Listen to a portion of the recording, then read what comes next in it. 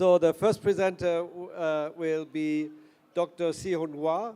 Dr. Si holds a PhD in chemical engineering from the University of Mississippi, Oxford in the USA, with over 15 years of experience in developing chemicals across various sectors. Our second presenter will be Ms. Nur Hasina Matsuki. Nur Hasina Matsuki holds a bachelor degree in analytics and environmental chemistry and has 6 years of experience in product R&D, specializing in feasibility studies and formulation development. So the two will talk about ESG, grease and heavy duty coolants. And ESG, of course, means compliance. Compliance is essential for organizations aiming to improve governance, social responsibility and sustainability. Hexstar has developed bio-based grease using plant-based resources to align with government visions. Additionally, selecting quality engine coolants is crucial to maintain system cooling efficiency and prolonging equipment life, as improper maintenance accounts for 40% of engine problems. So with that, I'd like to invite Dr. Si and Nur Hanisa to the stage, please.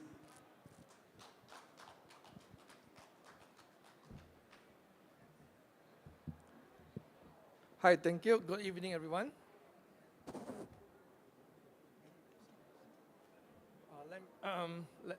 Let me see how to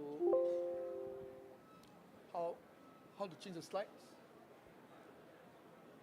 How to change the slide? Okay. Fish.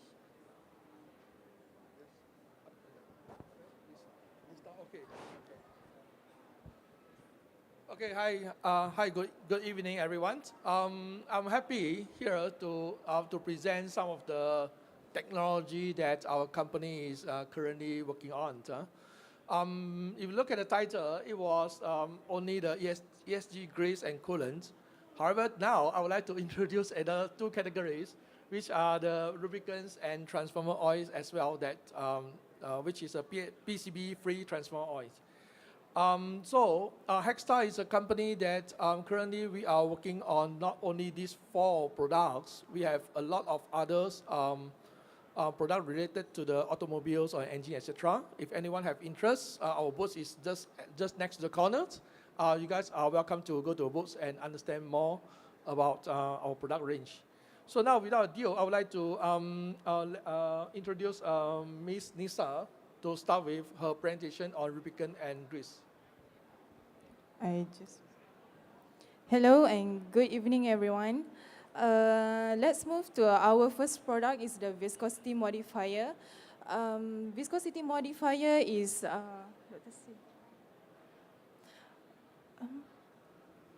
viscosity modifier is one of the crucial components inside the engine and transmission oils.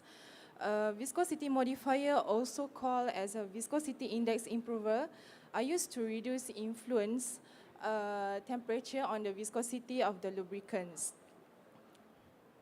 Okay, why do we need a viscosity modifier? As you can see, both is the very extreme temperature. One is the coldest one, and another one is at the highest temperature. Automotive and industrial oils often need thickening agents to achieve the correct viscosity. Imagine an engine starting up when it's cold. It has to kind of act against viscosity oils. So we might need some nice and thin so we can start the engine easily. But when it's get up to operating temperature, we want something that thick to protect all the engine equipments. Okay, now we move to the functions of viscosity modifiers. As you can see, base oil has strong dependence temperature. Thinner base oil, oil B, provide good low temperature properties. Meanwhile, it cannot provide a protection at high temperature. Thicker base oil, as I mentioned, oil A, SAE30, provide protection at high temperature, but have insufficient pumpability at low temperature. So the function of the viscosity modifier adds viscosity to the thinner oil at higher and lower temperature proportionally to the viscosity oil at the particular temperature. So at the end, the reduced final oil temperature dependence multigrade provide engine protections at high and low temperature through the use of viscosity modifier.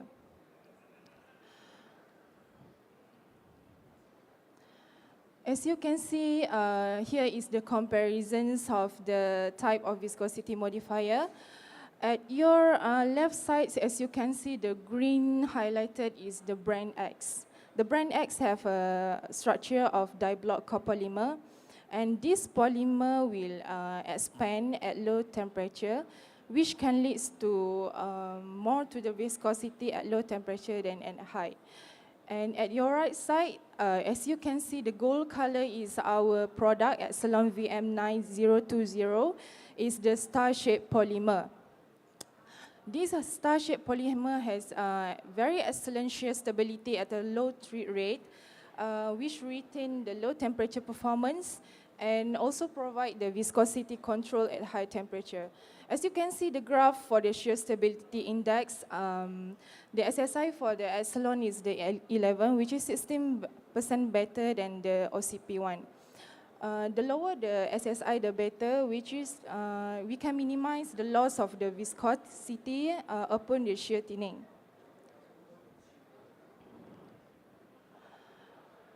Okay, in our epsilon VM9020, the structure will change with temperature. Okay, let's look to at the structure. Epsilon VM9020 have a unique star structure, which enable them to provide enhanced fuel economy without compromising film thickenings. The star structure of the viscosity VM, it will contract once the temperature are reduced below 120 degrees Celsius. This will give a result in oil that has a lower viscosity during the phases of the warming up of the engine. Okay, there are some properties in lubricant need to be balanced. When creating a viscosity modifier, we might need to consider the balancing of the thickening efficiency and also the shear stability index. Higher molecular weight of the polymer have a better performance of the thickenings, but have less performance in terms less resistance to the mechanical stress. While in lower molecular weight of the polymer, we have a better resistance for the shear stress. But in terms of the efficiency to the viscosity, it will not contribute so much difference. So we need to add more polymer to make it viscous. Okay, to achieve cost efficiency, we need to have higher thickening efficiency with low SSI. Star polymer outperforms the other chemistry of thickening agent normally used in lubricants. So here is the factors that need to be considered when selecting the viscosity modifier. The first one is the cost to achieve required the thickening, which is if we want to consider the cost reduction, we might play with the thickening efficiency and the percentage of the polymer. The second one is the shear thinning properties. The third one is the low temperature properties, and the last one is the oxidative stability.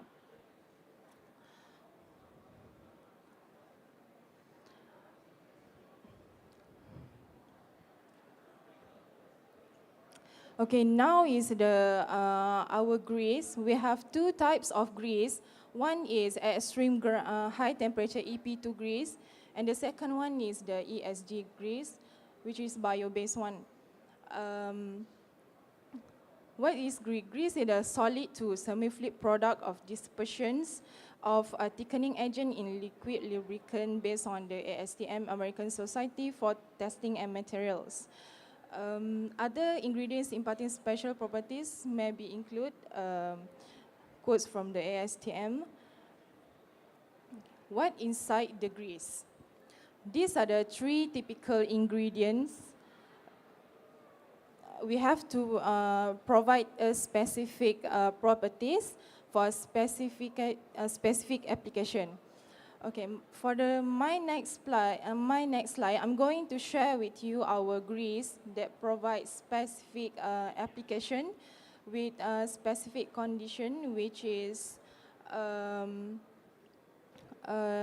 for the base oil 80 to 90%, mineral oil and synthetic fluid. For the thickener, 10 to 15%, we use the simple metal soap, or you can use the complex metal soap and non-soap thickener based on the customer requirement. And 5 to 10% is the additive inside, which is you can use for the anti-wear one, for the corrosion inhibitor, oxidation, to boost the oxidation as well.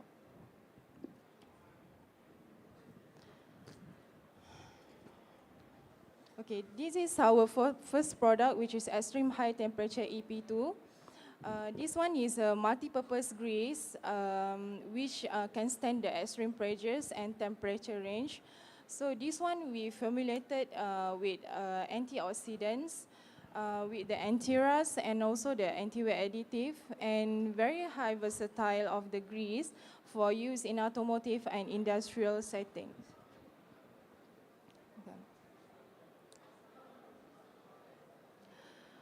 Okay, this is the complicated graph. Let's spend some time with me, go through one by one with you. To consider a good grease, we might not want to see any oil separation, even operate at high temperature. So our grease have outperforms others. In fact, you can go to our booth and see our grease.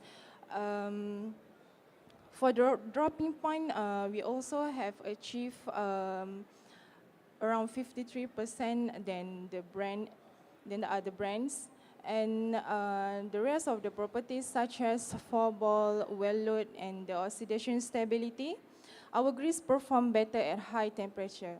Okay, now let's see where our grease can apply to.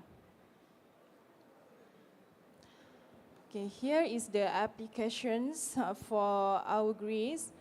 We can use in the bearing ball, which is the general one, and also for the excavator arm, which is for the constructions, and also the anchor driver as well.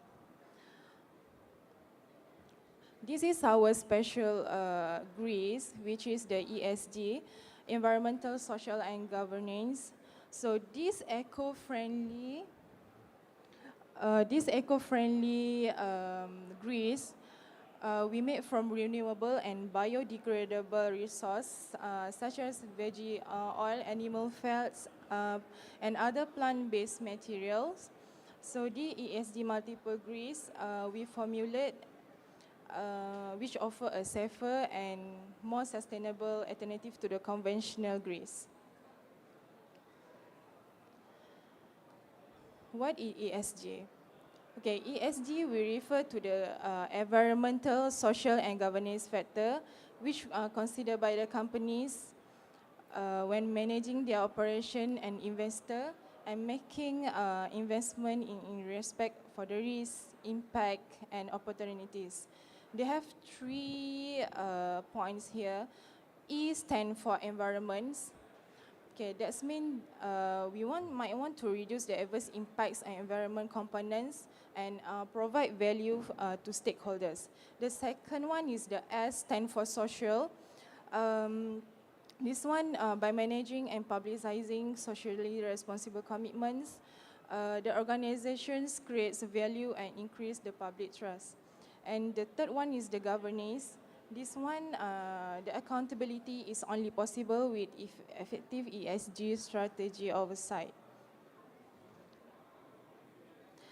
Again, let's look at this graph and I explain the parameters here. For the oil separation test, we can see the Redstone ESD multipurpose grease have no oil separation recorded. That means the lubricity performance have good conditions. And then the second one is the dropping point is also we perform better than brands X, which is we can stand at a higher temperature. So for the water resistance and oxidation stability, our grease also perform better at high temperature. Okay, now let's see where are the ESG grease suitable can apply to. Our ESG grease is compatible with high temperature grease. The important is non-toxic to the environment. Grease is grease. Since Headstar Group is the public company, we have an obligation to protect our environment. We have a capability to manufacture ESG grease. So please come and take a look at our booth next door. So here is the sum of our performance. Is the environmental friendly, effective water resistant, oxidation resistant, excellent tackifier, and also the high dropping point as well. Okay, here is the applications for the ESG grease. We might want to focus to the application which is food industry, since it's safe to the environment. And also next is the agriculture and also the water treatment applications.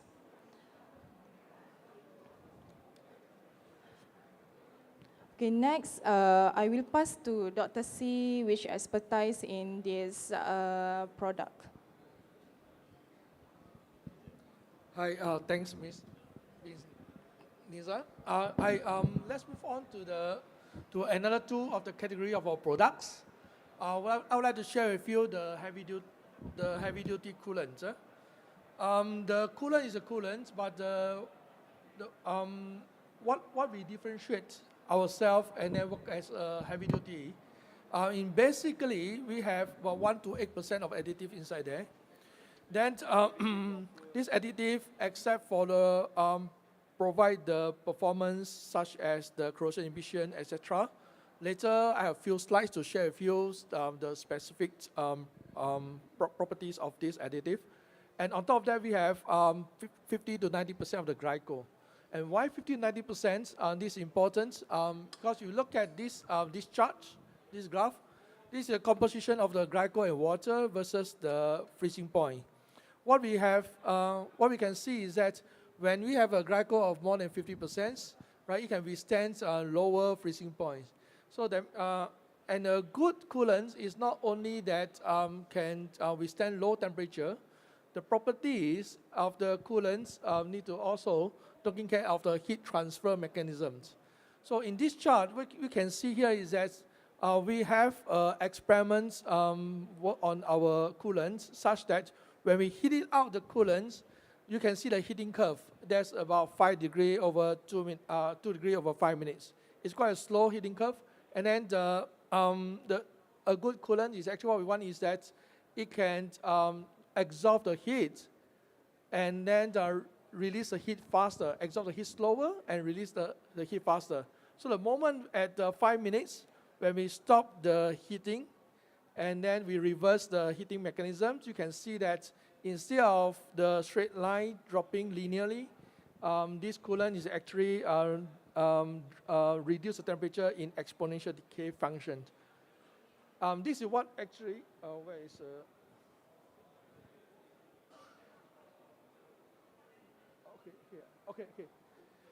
okay, this is what actually everyone is looking for, is that we want to absorb the heat slowly, but we want to dissipate the heat faster. And that's why this coolant can help us to really protect the machine and then provide us a longevity. So beside the amount of the glycol, what else that we have inside this? One of the critical is the wettability.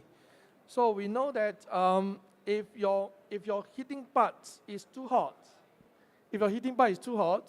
and then you do not have enough sufficient wettability, you're going to have a cavity, cavitation happen, and then corrosion will follow after that. So to prevent that, we have additive to reduce the surface tension and improve the wettability to prevent this happen, especially at high temperature and long duration of the heating cycle. So this is a graph that we can see the comparison. The blue colors is our Rexton heavy-duty coolants. The green color is a conventional coolant. What we can see here is that the one is a critical property is a surface tension. Our surface tension is much lower. This is important. Surface tension property is important for better wetting. That's why also provide better heat transfers at the thin film scenario.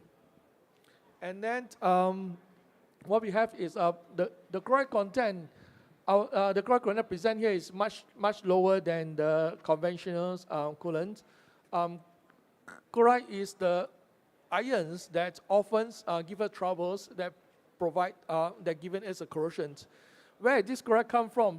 Mainly this chloride is come from during the manufacturing when we blend with the water. The chloride, the water that blends into the coolant may have the residue of the chloride in there. So in our manufacturing process, we make sure that we're not only using the deionized water, we also have quality control to make sure the chlorine content is lower than the 10 ppm level. And viscosity is, we need a higher viscosities in the coolants, not too high, but a little bit higher. That is for the heat recovery purpose. And definitely, we have an additive there to prevent the corrosion in the copper.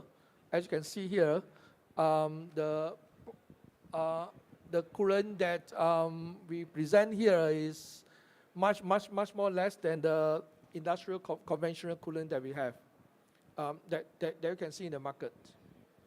So the applications are, this is not a conventional coolant, this is a special heavy-duty coolant. It's specific for the machine that running at 24 hours.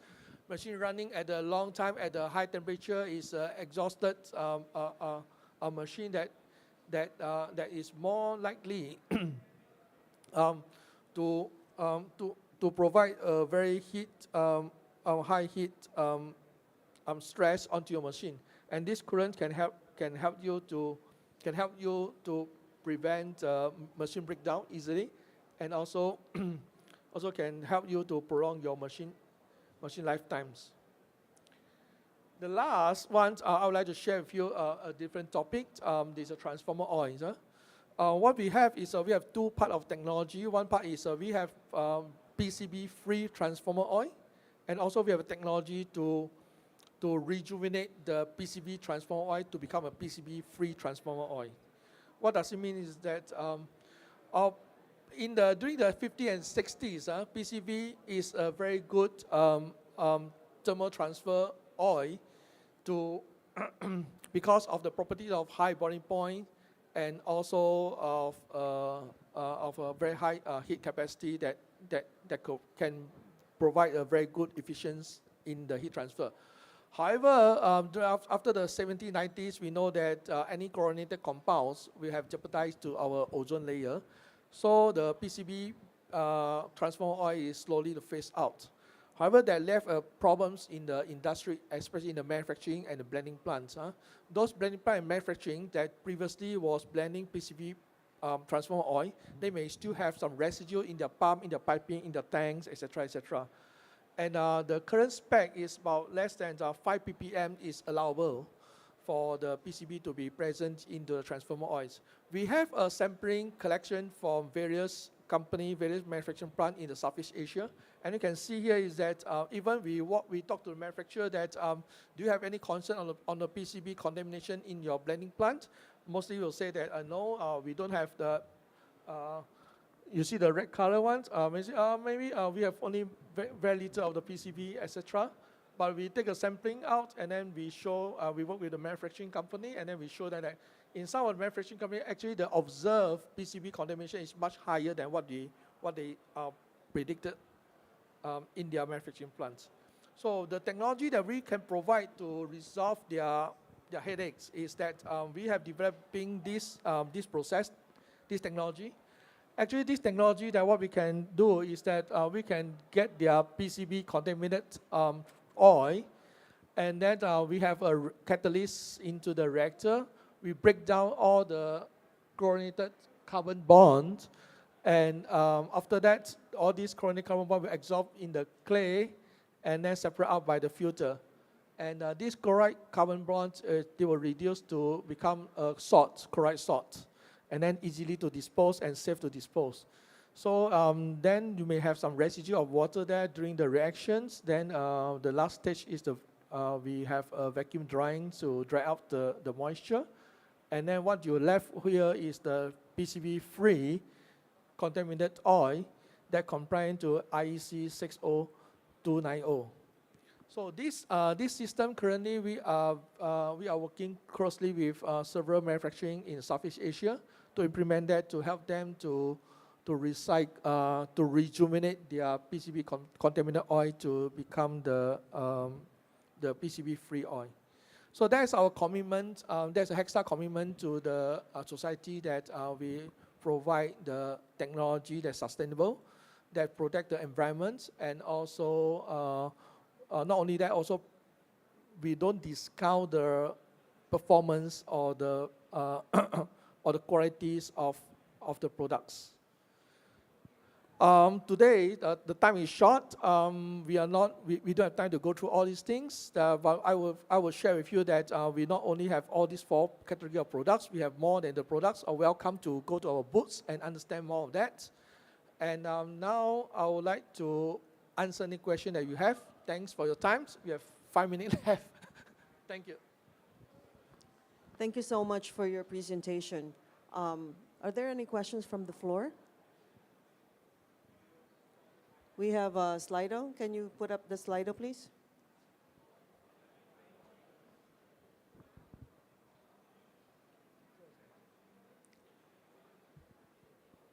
So I do have I guess, a question regarding the grease part.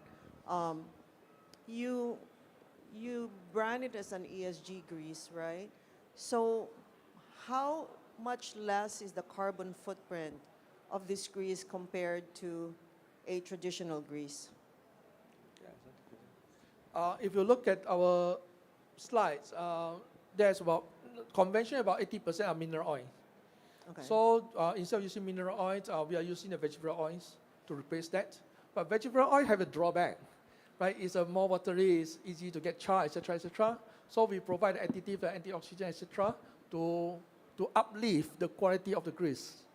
So that to answer your question is that we replace about 80% of the mineral parts to the ESG parts. This may be a naive question, but if it's bio-based, does that mean it's necessarily better than mineral-based, the carbon footprint? The understanding is that the bio-based is that we are taking the products that can be sustainable, right? Exactly how much carbon footprint that we reduce, we do not have the calculation of that. If you have any of the suggestion, welcome to feed us. Actually, maybe what I would like to suggest, so one of the things that Aliyah has is a subcommittee on sustainability. One of the projects actually that we've been studying is product carbon footprint. So I would like to, if Hexstar is not yet an Aliyah member, I would like to invite Hexstar to become a member and perhaps work with our subcommittee, and maybe together we can help you and you can help us. Yeah, thank you. That's what we're looking for. Thanks. Okay, we have 2 questions from the floor, from Slido.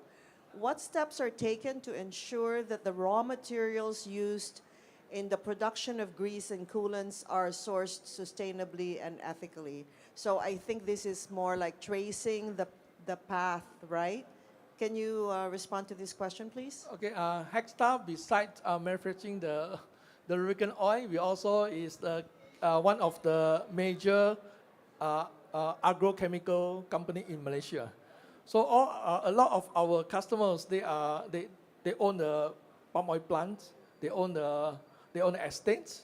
So we work closely with our so-called customer and also supplier to make sure that what we're getting is really true sustainables. In terms of coolant, coolant, the main ingredient is glycol.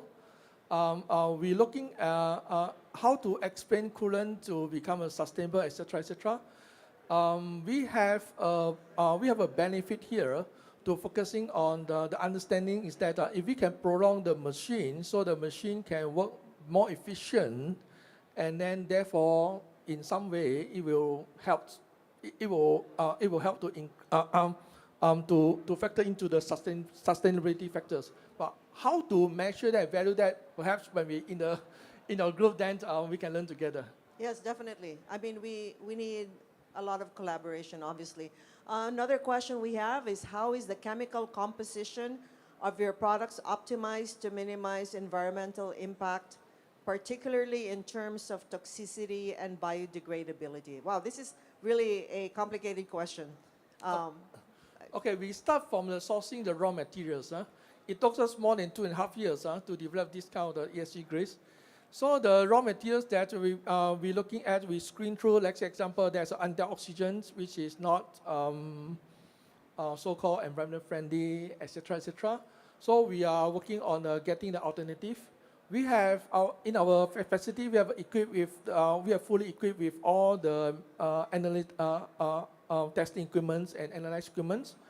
We look at the chemical structures. We work with the supplier. We're sourcing for some of the ingredients that may or may not be used in the grease, but we even incorporate into the testing, and then that's how we do.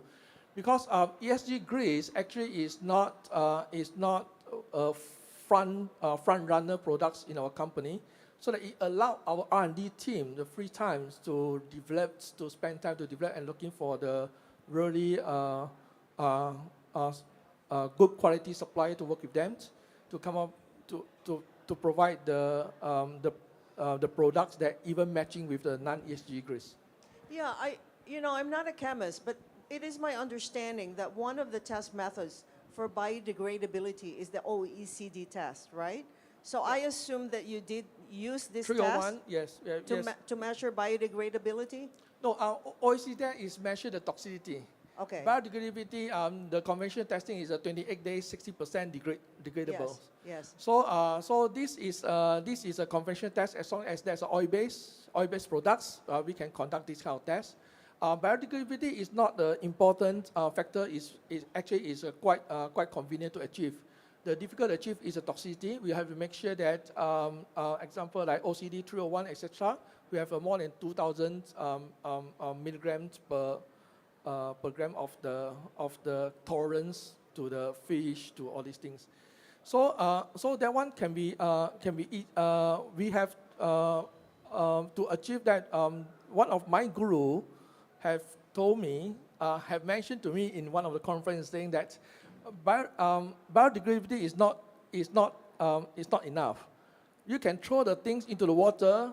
At the end, it degrades with my fish together. Yes. Yes. So the important we're looking at the toxicity. Okay. Have you applied for an EU eco-label? Not yet. This Okay. is this product is still under the R&D stage. Okay. And we would like to launch together.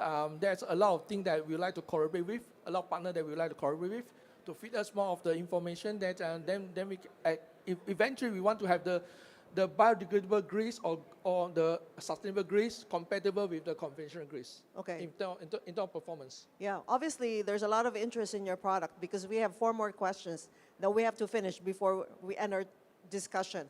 So what measures are in place to protect the health and safety of workers and communities exposed to grease and coolant? In talking that we are the manufacturing plant that we have a OSHA 1800s one, and we follow that kind of the methodology, and this is a commitment from the management. Definitely that the PPE, etc., will be implemented, and also the leaking detections. That one things. And one of the things is that we are avoiding using any of the additive that create a bad smell. Okay. A bad smell then is not only making our workers disturbed, it also making uncomfortable in working area, regardless whether it's a toxic or not. Yes. So the next question is, how is ESG performance tracked and reported, and how transparent is this information to stakeholders? This is a good question. Our booth is there. We have data from third-party labs. If there is things that you can, after this one, you can visit us. We have some of the third-party lab management data that we can discuss together. Okay, I'm going to jump to the third question because it's somewhat related to the first. I will skip the second one and come back. How are stakeholders, so we're talking about customers, suppliers, investors, and employees, involved in ESG decision making? Well, in our case, I may not be a correct person to answer totally this question, but in our case, from our case, is that the commitment is from the management. As I said, that this ESG grade is not designed to be our front running products. However, the management commitment is giving the R&D team free hands to work on the sustainable products. So this is the first product come out. Now, looking at that, we are not only limited to the ESG grids. As this year, 2024, we have only one product that is that. We also anticipate more and more sustainable and ESG products coming out in the future. Okay, these are all somewhat related. Let's take it one by one. What risks are identified and mitigated related to ESG factors?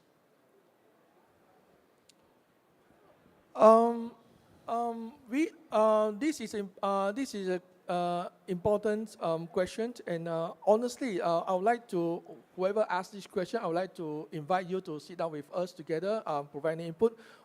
ESG is quite challenges in the manufacturing, especially in the lubricants area. We may not doing the 100% at this moment, but we have a blueprints in our product in our company to follow through, and then we have a milestone timeline to work on it time by time. Sometimes the challenges is the customer requirements. Customer asking for this, but the pricing they are not willing to pay the pricing. That will be a challenge for us. To identify and mitigate that is all come from a top-down decision. And then we not only work with the lubricant company. Hexstar has is a growth company that also have as I mentioned just now, agrochemicals companies, fertilizer, etc. We work across the industrial, not only limited to that. We also have a mining company. We also have a construction company, etc. So this ESG per se is not only for these products. It's actually is a whole company structures, manufacturing, management, the energy, utility usage, etc., etc. So it's a big topic. I cannot simply easily and simple answer at this year, but I'm happy to meet up with you, and then let us have a more discussion. Yeah, I think we need to ask you to make a presentation just on this particular subject in our meeting in March in Bali. Okay, second to the last question, I think again, a little bit the same thing. How are investments made in R&D to develop more sustainable and innovative grease and coolant products? Do you go through the same factors as a regular product, or is this a special? Do you have a special criteria? To be honest, it's a challenge to the management. So we are lucky that our management have a commitment and give the R&D team a free hand. And usually how much investment, etc. Currently, we are not making money yet for this product. We are hoping very soon the industry will accept this. Honestly, we're not even aware how big is the market of the ESG grids, but we are doing that one step at a time. That is the commitment from the management. Keep in mind that we are not only the company that doing the lubricant, we also have agrochemical, etc. So across the Hexstar groups, every company we have a R&D team to start to moving forward this ESG. But it looks like actually within your company itself, because you have multiple business lines, you can actually test the ESG grease within your own group. Mining, right? No, our MD is there. That's why we are. Please, introduce this product to all our other groups. Thank you. Would you like to add to that comment? No? Okay. So how long does ESG take to fully decompose? I think we did touch on this. It is an OECD test, but Yeah, are you the- degrading faster? Okay. Now, conventional way of understand the biodegradable is 60% in 28 days. However, we have, for different application, we have modified it to suit for different applications. So if you're in the high temperature usage without water, drying, etc., right, it will last for 2 to 3 years. But if you burn it in the soil, where there's microorganism, there's a moisture there, it takes 60 days to degrade. Oh no, 28 days to degrade 60%. Okay, environment and conditions, temperature conditions. Okay, I think the last step we have, the last question we have is what steps are taken to ensure that labor practices in your supply chain align with international standards of fair labor and human rights?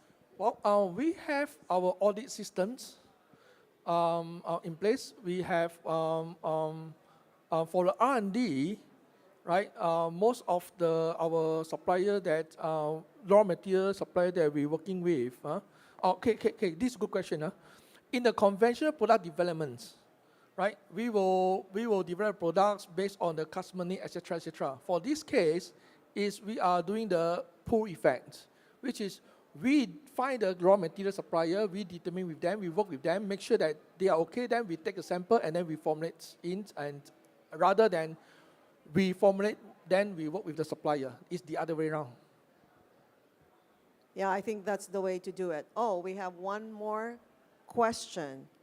How has a comprehensive life cycle analysis been conducted to assess the environmental impacts of your products?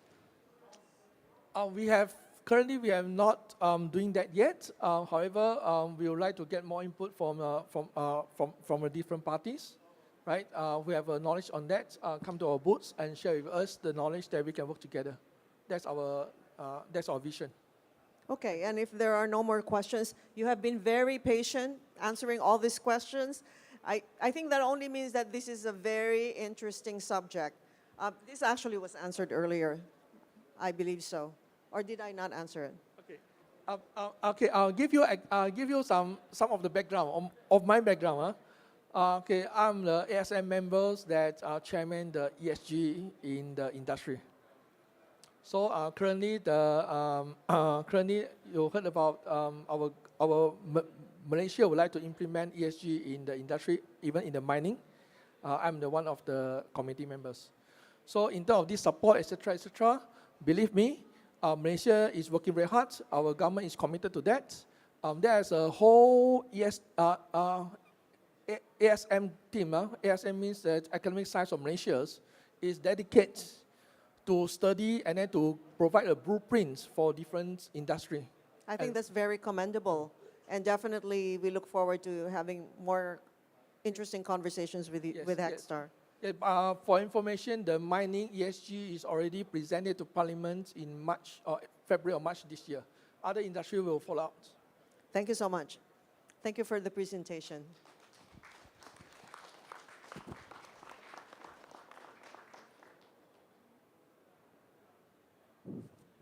And with that, we conclude our presentations for today, second day of the joint ALIA and FNL Asia Lubricant Exhibition.